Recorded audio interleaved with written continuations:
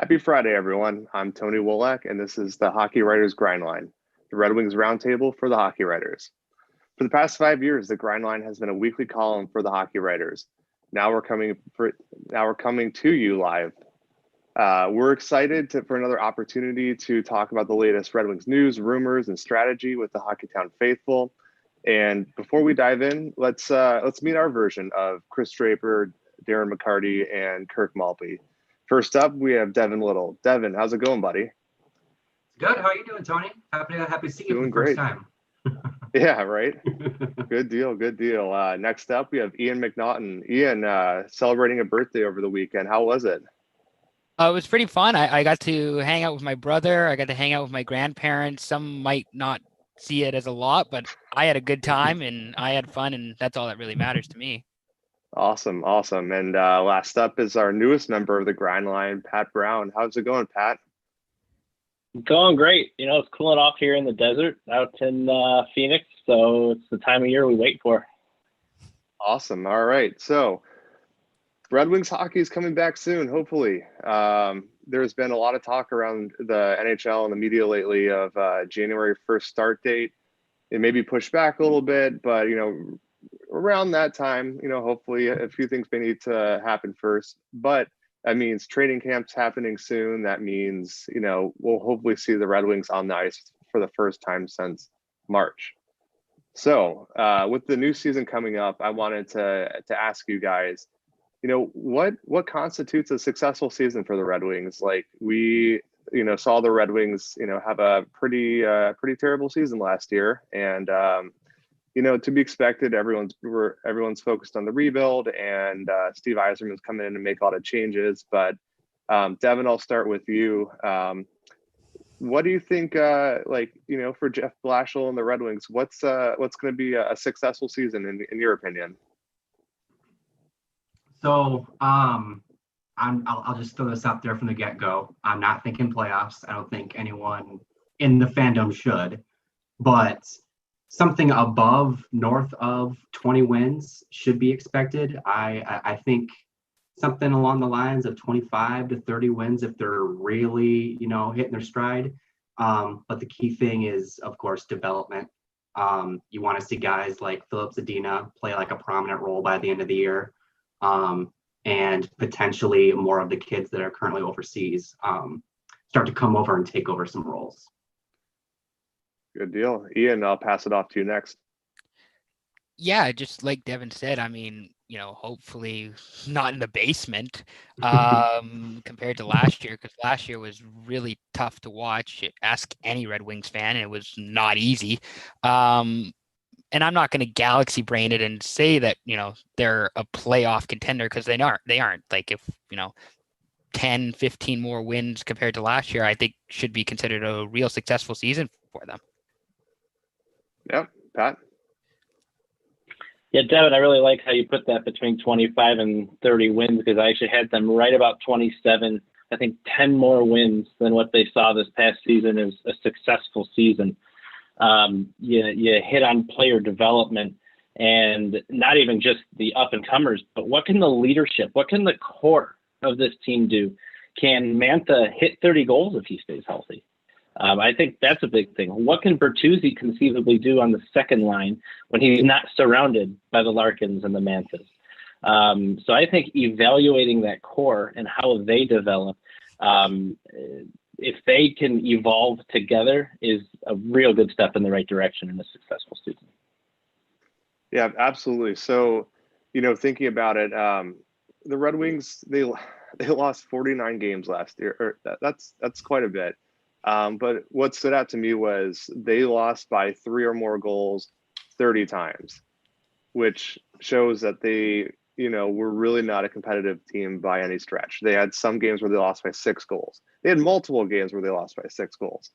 And sure, that's got to be, frustrating for them. And I really hope them hitting rock bottom was the kick they need to develop individually and as a team and form that chemistry to, be more competitive. And that's what I'm looking for as a successful season. Like you guys mentioned, not a playoff team. The the win total, I won't throw a number out there just yet, just because I don't think we've settled on how many games this season is going to be just yet. But how many games are they going to be competitive? What percentage of their games are they going to be actually competitive? Is it going to be 50% like last year, or is it going to be like 90%, even if they're still losing games? Like if they're still losing and they're fighting each night and they're close, they're on the verge of becoming a decent team. That's all I need. And for players as well, like Pat, like you mentioned, it's the leadership core. We need Larkin to take another step, truly assert himself as a number one center in the league. Anthony Mantha, can he stay healthy? If he stays healthy and reaches his potential, then again, great thing for the Red Wings. Bertuzzi needs to keep it up and show that him being an all-star last season wasn't just like a poor consolation prize just because every team needs a player. And then Zadina, him, Hronek, Fabry, like Detroit's top six, and their young players really need to step up and like show that they're for real and they're not just waiting until like Lucas Raymond and Moritz Seider step in and really take the rebuild to the next level.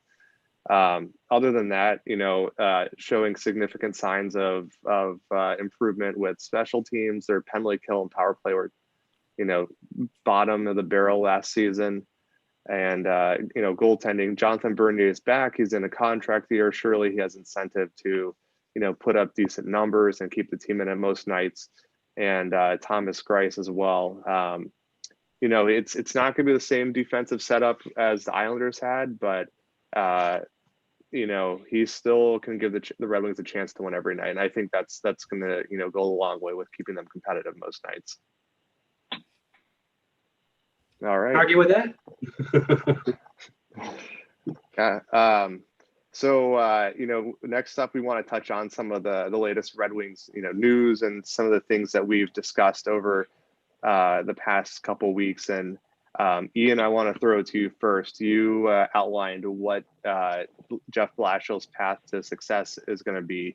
We sort of touched on this a little bit with like what constitutes success for the Red Wings, but I wanted to get your opinion on what else does Blashill need to do to prove that he deserves to stay with the Red Wings long term, and also is he a good teacher for Detroit's young players?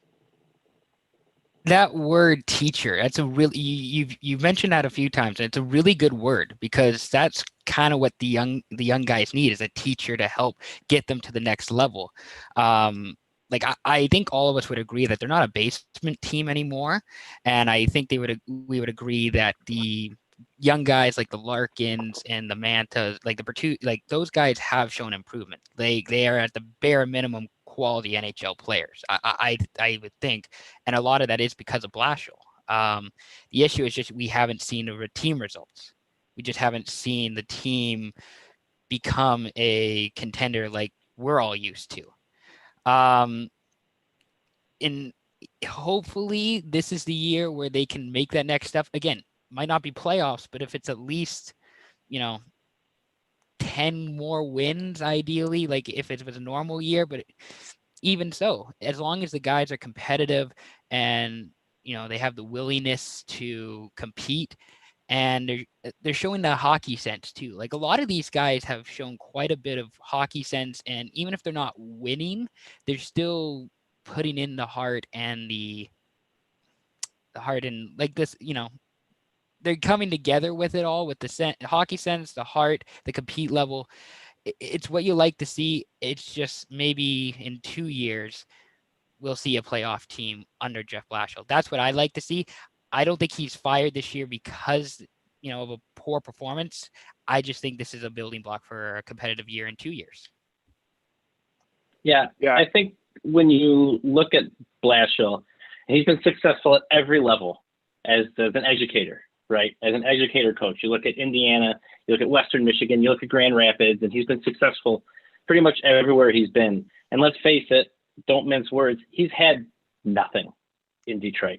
With the exception of that first year where they went to the playoffs, he had an aging team that was on its way out, so they got eliminated in the first round by Tampa. He's had nothing.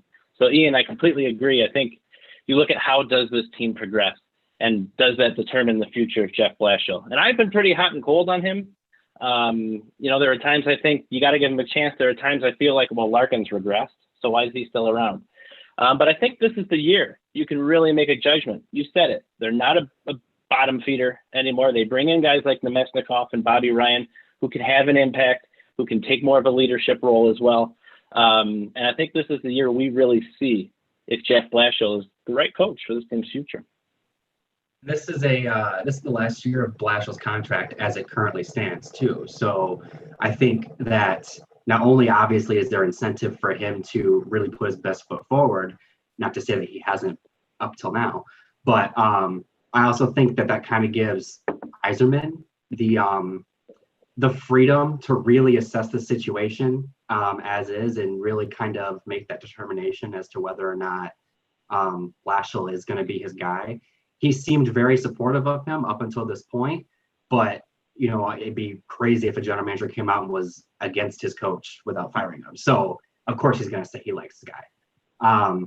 But yeah, I kind of agree. I think this is the year where you'd like to see the things really start to come into motion that were being said about Blashill when he first came on the scene. We're not expecting a playoff team, but we are expecting a competitive team. And that's the benchmark for the team. That's the benchmark for Blashill in my mind. I also wanted to add, I would rather have Jeff Blashill coaching these guys than quite a few other coaches. Like, I would rather Blashill be coaching these guys than, say, like a Mike Babcock or a Bill Peters, just because that's just not the way hockey is now.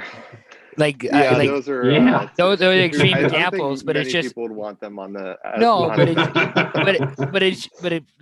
people are going to say, well, that was when the Red Wings were last competitive, when they had like Mike Sure. Babcock coaching the team. For sure. And hockey has changed completely since the last time like the Red Wings were in a Stanley Cup. Just the culture of the locker room, culture of the game. And I think Blashill knows that. Like, he's been around young developing players for most of his coaching career. Like, if there's one guy who knows how to motivate and to teach young players, to get to the NHL level, I would think Blashill is that guy. So from my perspective, Ian, you hit on two things there. Teaching, I think Blashill is he's an astute coach. He is, very smart. He knows hockey inside and out. I think he's a very good strategy coach. I don't know if he's a great, I don't know if motivators. I feel like you can give a good speech, but also, can he pull the strings to get players to reach their potential? That's something that's it's kind of tooling them to get them Sure. ready and set to go. Yeah, and that's it's I guess it's probably a bad comparison, but that's something that Scotty Bowman was just the master of. It's just pulling strings with Thomas Holmstrom and Brett Hull and the different Red Wings players, just to have them step up their game another level and make the team all that much better. They knew he was smart. They knew he could motivate them, but just doing the little things here and there just to make, not necessarily put players on edge, but just make them realize that I could be doing more here.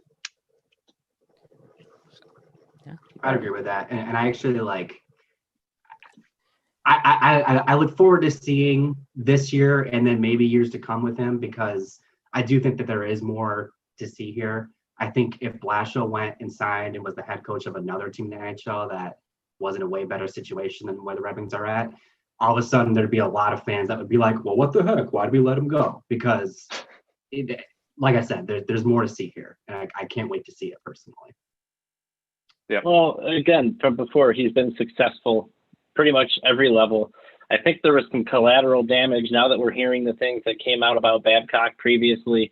I think there was maybe some collateral damage, some pieces to try to pick up and regain some trust in that locker room too. So he had his work cut out for him from the very beginning.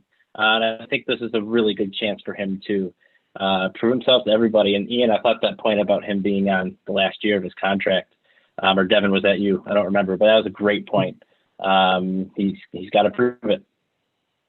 Yep, for sure. So I'm gonna take this conversation in a different direction now. Tony, my man, you put out an article recently about what the Seattle expansion draft might look like as far as the Red Wings are concerned. I guess I just want to start with giving the opportunity to kind of elaborate on your article if for those who might not have read it yet, and then I do have a quick question for you on it once you're done.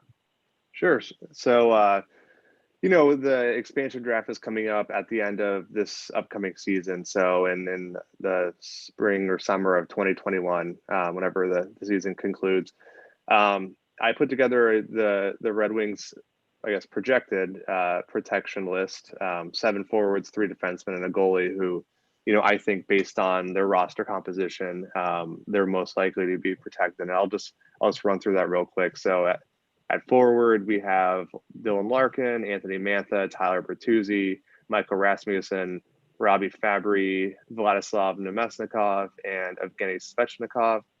On defense, we have Philip Hronik, Dennis Cholowski, and Gustav Lindstrom. And then in goal is Thomas Greiss. So I just wanted to throw out an early look at, how the Red Wings, could approach the expansion draft. For sure. And especially on the offensive end of that, I think I pretty much 100% agree with it. The only thing I would amend is Svechnikov might be here, might not be here. We'll see what happens with him. But as far as the roster is concerned today, I like your forwards that you protected. My question is on the defense. And I'm actually really, I know you kind of elaborate on it in the article itself, but you protected Dennis Cholowski, and I can understand why, because he is still one of the more intriguing prospects in the pool, but he is starting to kind of lose favor as we start to accumulate more and more defensive prospects. And I just kind of want to pick your brain on it. Where do you think that a year from now, Cholowski will still be protected? That's a good question. I think that he still has, I know he still has a lot of his game to round out from being, more assertive on the ice, being better in the defensive zone. He clearly has good puck skills and is good in the offensive zone. But, that's why I covered it in the article. He's for the past 2 seasons, he started off well, but then fizzled as the season went on. Mm-hmm. I think that the Red Wings, they could definitely use the offensive skill set both now and in the future, even with the depth they have with their prospects. But I think that also that offensive skill set that he has is something that you can't always just find. Like we've seen with, just the past 2 free agency classes for the Red Wings, just picking out Patrick Nemeth, John Merrill, and Troy Stetcher, and even, to a lesser extent, Mark Stahl through a trade. You can find defensive defensemen easily. You can't always find good offensive defensemen. So I think, Cholowski is 22 now, so he's still pretty young. He still has time to round out the defensive side of his game. And if he ends up like another Brendan Smith, then so be it. But if he, is able to just figure it out in the defensive zone, then yeah, I think he's definitely worth protecting over, Stetcher, who's 1 year, can be 1 year removed from re-entering free agency, or, a player who's going to be maybe John Merrill, if the Red Wings are intent on re-signing him. But I also think leaving him exposed as a pending free agent may make more sense, as Seattle won't want to pick up someone who's just going to sign with another team in a couple days. That's just my thought on it. I don't know if Pat or Ian, you guys have any strong feelings, for or against Dennis Cholowski. I'm always hot and cold with Cholowski, and I agree actually with you protecting him. In fact, I would leave DeKeyser unprotected. I wouldn't say almost with a hope of DeKeyser getting picked up. I think that salary may scare some people off, considering he's not going to be a top pairing top pairing D-man. But I still believe Cholowski can show some things. He's still, as you mentioned, super young, and I actually completely agree with protecting him. What's it going to take to get Seattle to take Nielsen? That's my question.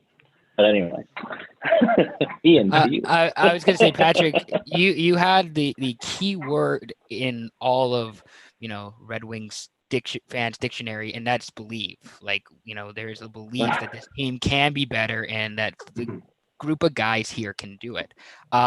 Personally, I would rather have Cholowski than DeKaiser. That's just my point of view. But it's more just because Cholowski is still fits with what the team is now as a younger guy who still, I think we all think, has room to grow and he can be better. And if we don't have belief, there's at least hope that he can do that. So we'll see with how that goes. But yeah. Yeah. Now, Tony, who did you have them taken? So in my mock, I had them taking Giovanni Smith. It was down to him and Svechnikov for the last, protection spot at forward. But I was actually talking with Sean Malone from the Hockey Writers, who covers the Kraken, and I asked him, like, here's our protected list, and I know there's a lot of other variables that come into play here with, like, you have to pick a player from 29 other teams, but, like, as far as the Red Wings exposed players in the expansion draft go, who's the most appealing to you?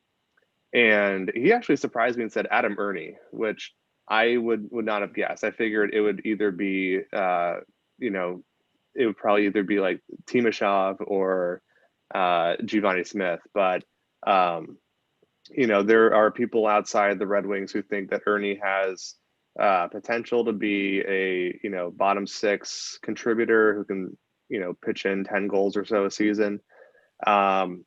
I'm perfectly fine with leaving him exposed at the expansion draft. Nothing against him personally, of course, but for the Kraken, from their perspective, it came down to Smith, DeKaiser, and Adam Erne. So, I mean, I don't think that the Kraken will want to take a swing at DeKaiser, given his salary and only under contract for one more year, I believe. And then Franz Nielsen as well, just the value they'll get in return. And if I were the Red Wings, I wouldn't want to pay them to take Nielsen. It's like, it's just kind of leave it be, maybe buy him out next year. But there's no rush. So it's not like the Red Wings of a couple of years ago when they're up against a salary cap ceiling. Like, they have space to work with, and that's not something we're all used to, but it's the case now. I do want to throw out there that I do like the pick of Smith for them. I think it's kind of reminiscent of how in Vegas took Thomas Nosek from the Wings. Very much a bottom six guy, but you could get some mileage out of him, just like Vegas has with Nosek. It was fun to watch Nosek with Vegas. I think my only, not concern with Smith, but not a whole lot of playing time, not a whole lot of professional time to show yet, right? I just don't know if there's enough upside, and we'll see what the season brings, obviously, but I don't know if there's enough upside for Seattle to take a chance, but I like the pick. Well, I was going to say with Erne, I don't mind losing him because I just don't feel that same connection like some of the other guys, like a Cholowski, because Ernie's only been with the team for a year, and really it was another one of Yzerman's, low risk, high reward. Maybe there's something with this guy, and it just never happened this year. So if he, gets selected, great. It's not the end of the world in my mind either. You haven't ordered an Adam Erne jersey? No, I don't know if you guys have. I haven't. I mean, come on though, the Bert and Erne line. Yeah. You've at least got to call that out. But Ian, go ahead. Oh, I was just going to say the last thing before we move on is I think we can all agree that regardless of who the Red Wings lose in the expansion draft, it's not going to be a huge deal. Like, there are other teams that are going to lose a quality player. Like, the Ducks are probably going to lose a really good defenseman again. Same with the Hurricanes. But the Red Wings, who they're leaving exposed, it's if they get selected, it's okay. Yeah. They're a replacement level player and they can be replaced. So Benefits sorry, Ty. Sorry. No, go ahead. No, you're Go good. ahead. Tony, completely agree, because we're not winning games with the roster right now anyway. So, Yep. Ian, you mentioned the Yzerman's low risk, high reward type contract, and that's a beautiful segue. Devin, have a question for you about an article that you wrote earlier this week about the deal with Anthony Mantha. We finally saw Steve Yzerman dole out a few years, which I think was refreshing. You see a commitment to the core of the team. Before he was extended, Larkin was he was out, and that's only 2 years out. And we've seen Yzerman with these onesie, twosie year deals. So my question for you, given the Mantha deal, is who's next? Who's next in the Yzer plan to get a long contract? That is the big question, isn't it? I think in my mind, I immediately think of Tyler Bertuzzi, just because he got the 1 year deal out of arbitration. I think the fact that they went to arbitration is very much a sign that this is kind of a do it again kind of year. And I think that if he does do it again, you could see some years for him you could say Yzerman give him some years. But beyond that, I just I pulled up their depth chart here real quick.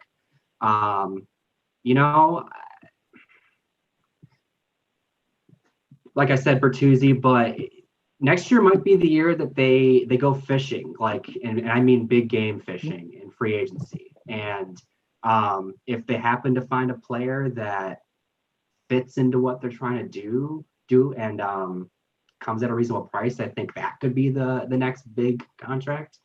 But just as far as the team that we have is concerned, I'm thinking it's got to be Bertuzzi.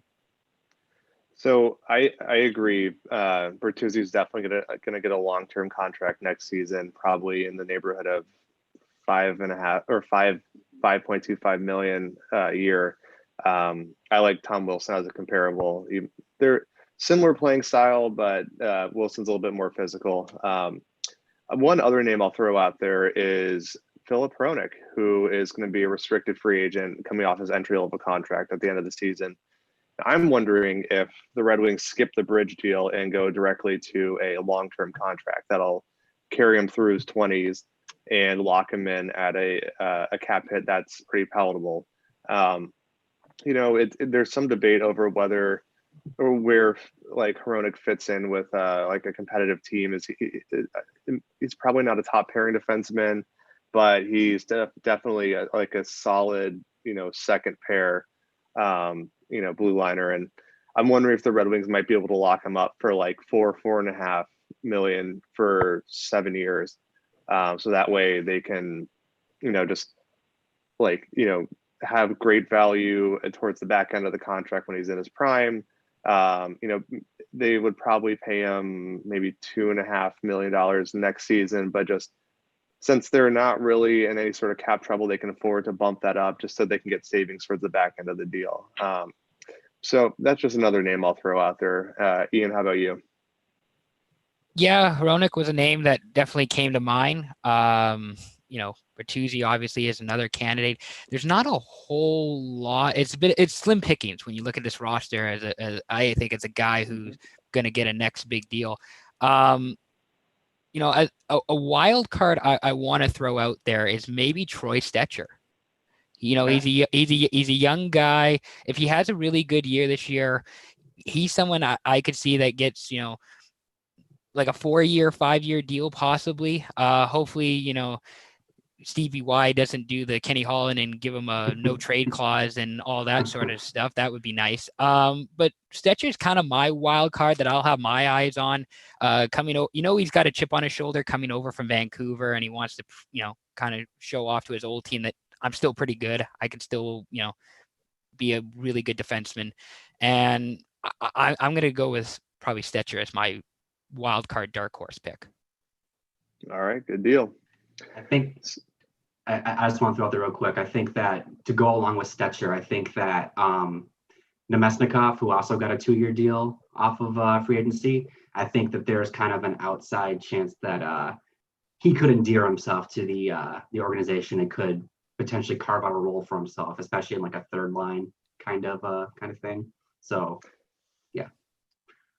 Great. So yeah, you guys are gonna think I'm crazy, but I need to throw a hot take out there, Tony. All right, and it's not let's hear that it. out there, but I think we see a long extension for Larkin. You know, I think we all just talked about, and I think we were all pretty much at a consensus in our last article, collective article, that Larkin's going to be named captain this season. And I realize he's still got years, but I think it was very telling that Mantha's deal was still a lesser cap hit than what Larkin's making. And I think, assuming Larkin shows the qualities of a captain to the captain, if you will, he may get rewarded with a multi-year extension to really lock him up, because he's got potential to be the heart and soul of this team if he carries himself the right way on and off the ice. So that was my hot take. Well, I know I said Stetcher, but if I had to put betting money on it, I would probably say a forward, just because scoring's more valuable than defense. But For sure. you know, that's a good take as well, Patrick. I like that hot take. I do think Larkin's next deal is going to be a max contract, at least in terms of term. Yeah, you know, he's only 24 now. I feel like he's, you know, getting close to 28, but that's just not the case. So he'll be, 27-ish when his contract expires at the end of the 2022-23 season. He'll be eligible for a contract extension in the summer of 2022. That will tack on at the end of his current deal. Yeah, I mean, I could see them locking him up for 7 years and hopefully getting some. You don't really want to sign players into their 30s now, but I do think that if he becomes that heart and soul, there's definitely a chance that when his contract is coming up, he'll get re-signed just to make him a Red Wing for life and structure the contract in a way where it's a little bit more front loaded, and so the cap hit evens out over the long term. So it's definitely possible. All right, so that just about does it for this week's edition of the Hockey Writers Grind Line. Make sure to subscribe on our YouTube channel, because we're going to be doing this every week, and follow us on Facebook and Twitter as well. Before we sign off, just wanted to touch base real quick on what's to come. So on Monday, we're going to release our next, written column, the Grind Line, touching base on a few trending topics, talking Blashill, talking Red Wings third jerseys with Adidas reverse retro coming out, talking about European prospects. So make sure to give us a read on Monday when that comes out. So boys, any last words before we sign off here? I just miss hockey. Like I like, it's so weird where the nights are getting darker, it's getting colder, and there's just no hockey. I mean, unless you're following some of the junior stuff. That's I think college hockey NCAA hockey starts this week, and they're playing hockey in Quebec. But I miss hockey. Yeah, I think we all do. All right, thanks everyone. Great talk, and we'll see everyone next week. Thanks, boys.